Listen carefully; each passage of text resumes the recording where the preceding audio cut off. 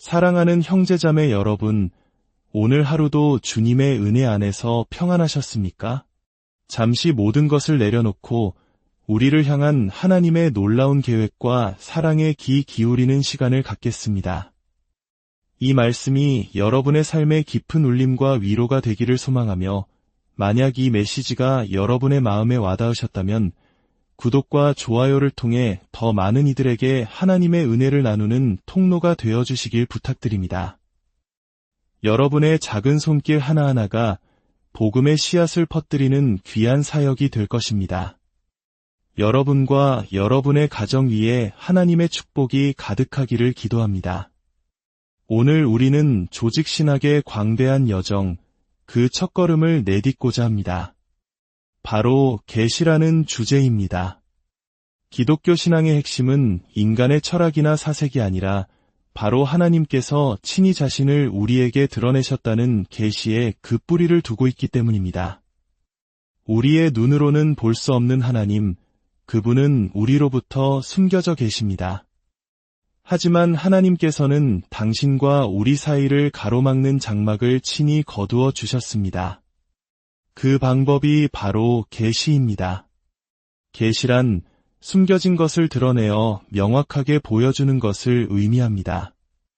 신학에서는 이 계시를 몇 가지 종류로 구분하는데, 그중 가장 중요한 구분이 바로 일반 계시와 특별 계시입니다. 오늘은 이 두 가지 중 일반 계시에 대해 깊이 탐구해보는 시간을 갖겠습니다. 성경은 하나님께서 모든 진리의 근원이심을 선포합니다. 마치 거대한 강이 작은 샘에서 시작되듯 이 세상의 모든 진리는 바로 하나님이라는 원천에서 흘러나옵니다. 이는 단순히 종교적인 진리만을 의미하지 않습니다. 과학, 예술, 철학 등 인간이 탐구하는 모든 영역의 진리 역시 궁극적으로는 하나님의 계시에 의존하고 있다는 놀라운 사실을 포함합니다. 이 개념은 교회사에서 위대한 신학자였던 성 아우구스티누스와 토마스 아퀴나스에 의해 강조되었습니다. 아우구스티누스는 아주 흥미로운 비유를 들었습니다. 여기 한 사람이 있습니다. 그는 눈, 뇌, 시신경 등 사물을 보는데 필요한 모든 신체 기관을 완벽하게 갖추고 있습니다. 안과 의사에게 진찰을 받아보니 시력도 0으로 아주 좋습니다. 그런데 이 사람을 온갖 아름다운 예술품으로 가득 찬 방에 들여보낸 후 모든 불을 꺼버리고 완전한 암흑 속에 둔다면 어떻게 될까요?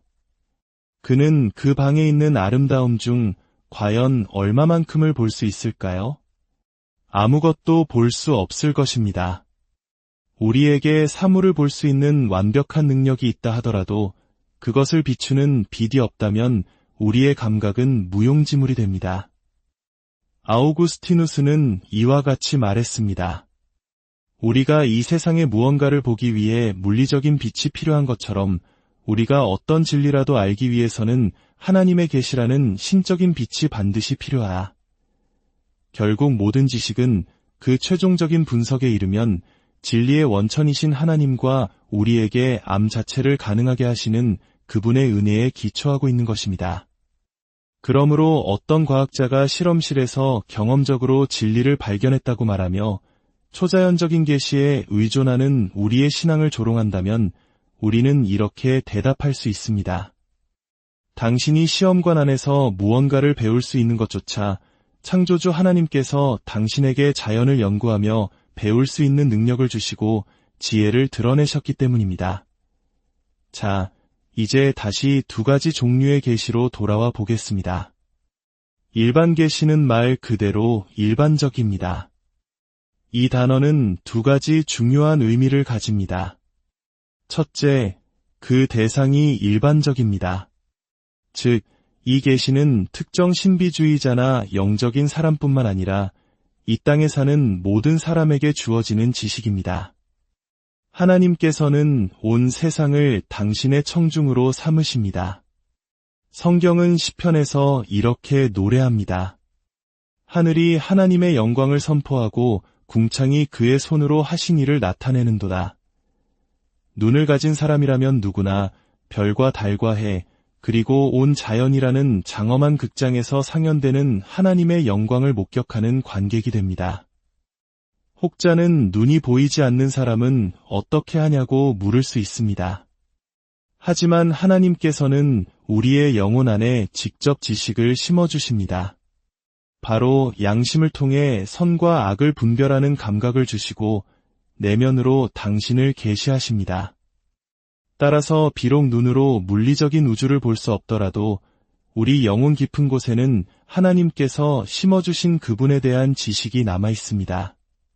둘째, 그 내용이 일반적입니다. 자연을 아무리 깊이 연구해도 그리스도의 속죄나 부활에 대한 구체적인 내용을 알 수는 없습니다. 석양을 바라보며 하나님의 구원 계획을 상세히 읽어낼 수는 없습니다. 그런 구체적인 정보는 오직 성경, 즉 특별 계시를 통해서만 얻을 수 있습니다. 하지만 그렇다고 해서 자연이 하나님에 대해 아무것도 드러내지 않는다는 뜻은 아닙니다. 자연은 하나님의 살아계심과 그분의 영원하신 능력, 그리고 신성을 분명하게 보여줍니다. 여기서 우리는 용어에 대한 주의가 필요합니다. 때때로 일반 계시는 자연 계시라고도 불립니다. 이 둘은 같은 의미로 사용됩니다. 하나님께서 자연을 통해 주시는 계시이기 때문입니다. 하지만 자연 계시와 혼동하기 쉬운 또 다른 개념이 있습니다. 바로 자연 신학입니다. 이 둘은 전혀 다른 것을 지칭합니다. 제가 간단한 그림을 통해 설명해 보겠습니다.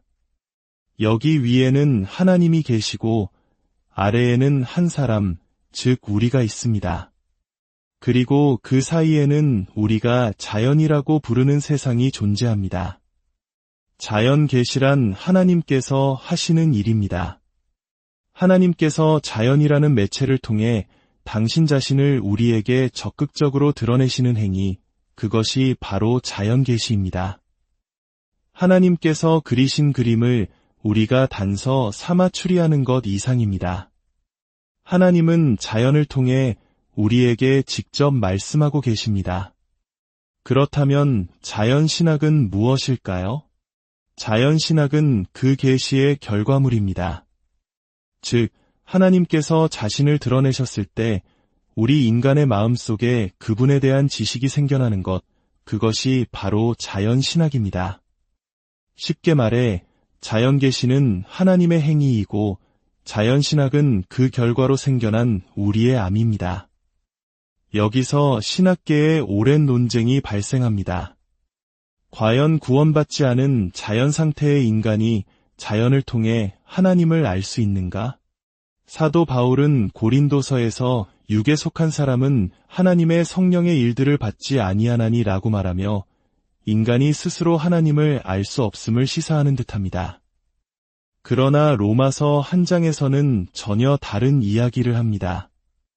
로마서 한 장은 일반 계시에 대한 가장 중요한 성경 구절인데 바울은 여기서 인간이 자연을 통해 하나님을 분명히 안다고 선포합니다.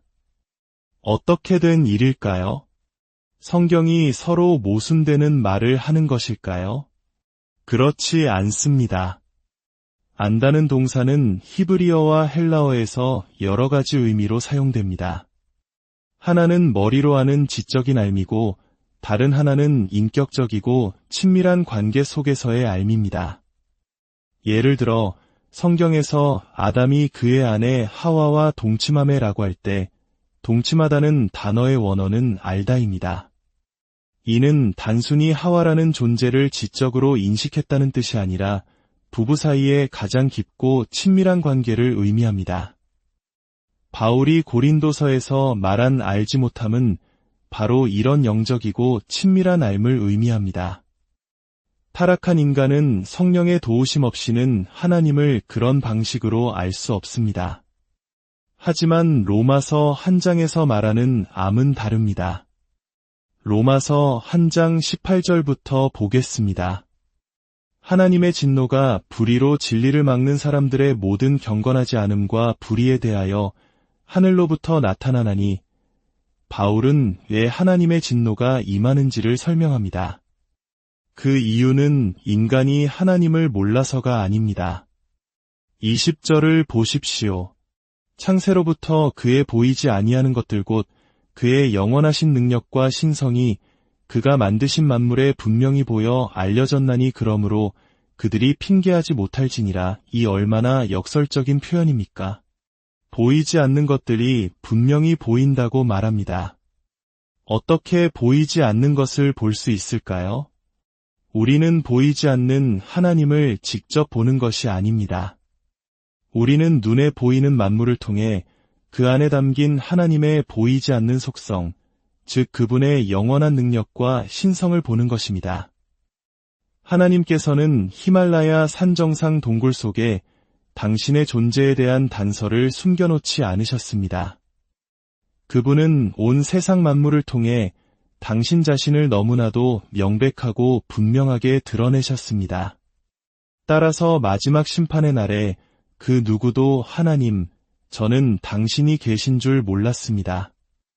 알았더라면 당신을 따랐을 것입니다. 라고 핑계댈 수 없다는 것입니다. 문제는 여기에 있습니다. 21절입니다. 하나님을 알되 하나님을 영화롭게도 아니하며 감사하지도 아니하고 오히려 그 생각이 허망하여지며 미련한 마음이 어두워졌나니 바울은 분명히 말합니다. 그들이 하나님을 알았다고. 하지만 그들은 그 알을 가지고 하나님께 영광을 돌리는 대신 그 진리를 억누르고 외면했습니다. 결론적으로 하나님께서는 모든 사람에게 자연을 통해 당신의 존재와 능력을 분명히 계시하셨습니다. 자연 계시가 존재하며 그 결과로 인간의 마음속에 희미하게나마 하나님에 대한 지식, 즉 자연 신학이 생겨납니다. 물론 이 지식은 죄로 인해 왜곡되고 불완전하여 우리를 구원에 이르게 하지는 못합니다. 하지만 그것은 모든 인간을 하나님 앞에서 책임있는 존재로 세우기에 충분합니다. 사랑하는 성도 여러분, 오늘 하루 잠시 걸음을 멈추고 주위를 둘러보십시오. 저녁 하늘을 물들이는 노을 속에서, 작은 들꽃의 정교함 속에서, 밤하늘을 수놓은 별들의 장엄함 속에서 당신을 향해 말씀하시는 하나님의 음성을 들어보십시오. 온 세상이 그분의 영광을 노래하고 있습니다. 그 분명한 계시 앞에서 우리의 마음을 열고 창조주 하나님을 찬양하며 감사하는 복된 하루가 되시기를 주님의